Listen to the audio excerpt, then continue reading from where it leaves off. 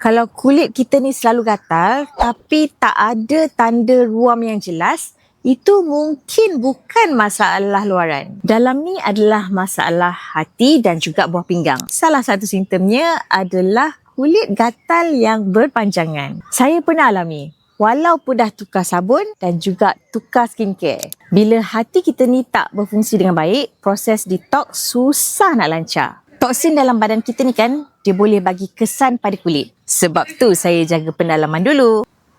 Mictisel dalam Liverian bantu untuk sokong fungsi hati dan juga masalah fatty liver. Ganoderma pula bantu sistem imun badan dan kesihatan organ dalaman. Manakala Dandelion pula mengurangkan keradangan dan mengawal gula dalam darah. Bila dalaman lebih stabil, kulit pun lebih tenang. Jangan rawat simptom saja, tapi rawat dari punca. Klik link untuk faham lebih lanjut tentang Liverian.